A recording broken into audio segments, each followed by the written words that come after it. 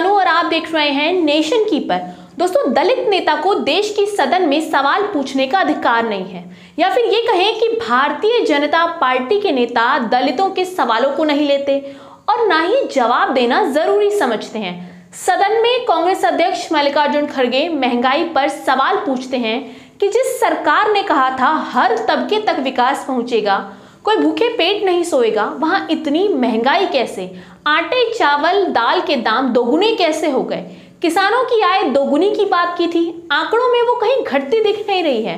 देश के इतने महत्वपूर्ण मुद्दे पर बात करने वाले खड़गे जी की बात धनखड़ जी और मोदी के मंत्रियों को पसंद नहीं आई, इसलिए बार बार महंगाई और किसानों के मुद्दे पर सवाल करने वाले खड़गे जी को धनखड़ जी बार बार टोकते रहे और उनके बोलने का समय खत्म होने का इंतजार भी करते रहे। सदन के इस वाकये से तो कुछ ऐसा ही प्रतीत होता है।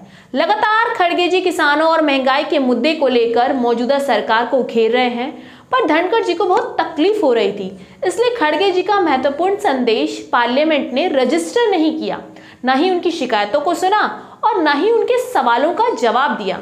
धनखड़ जी के बार बार रोकने टोकने के बावजूद मल्लिकार्जुन खड़गे ने सवाल पूछना बंद नहीं किया। दोस्तों, सदन में ये पहली बार नहीं है जब दलितों पिछड़ों को सवाल पूछने पर रोका गया हो।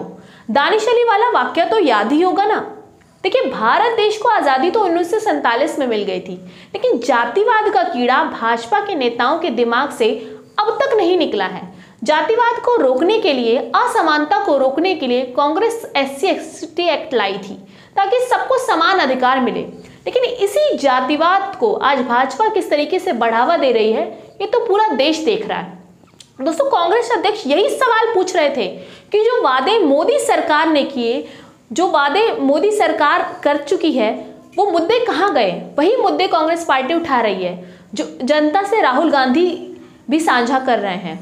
किसान आत्महत्या कर रहे हैं, इस पर सरकार बात नहीं करती। जो सरकार कल तक अस्पतालों में मुफ्त इलाज की बात कर रही थी, वो सरकार आज ये जानने की भी इच्छुक नहीं है कि क्या बढ़ती महंगाई में अस्पतालों में इलाज करवाना संभव है।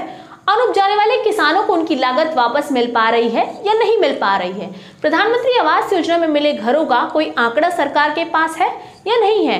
कितने घर टूटे इसका कोई डेटा है या नहीं है। इन सब के बावजूद हजारों बातें मोदी सरकार के खोखले साबित होते हैं। एक तरफ राहुल गांधी हैं जो बेरोजगारी, महंगाई, अत्याचार, नफरत के खिलाफ सड़कों पर जाकर जनता के बीच उनकी परेशानी सुनने समझने की कोशिश कर रहे हैं। न्याय और हक की लड़ाई के लिए कड़ाके की ठंड में भी महंगाई, बेरोजगारी से त्रस्त देश की जनता के आंसू पोंछ रहे हैं। देश के मजदूर वर्ग, महिलाओं, किसानों से मिल रहे हैं। वहीं दूसरी तरफ भारत में विकास की लहर बताकर जनता को बेवकूफ बनाकर मोदी सरकार अपनी पीठ थपथपा रही है। अगर देश में सब ठीक होता तो राहुल गांधी की यात्रा रोकने के लिए, राहुल गांधी की आवाज दबाने के लिए, राहुल गांधी को तोड़ने के लिए मोदी सरकार इतनी बौखलाई ना होती।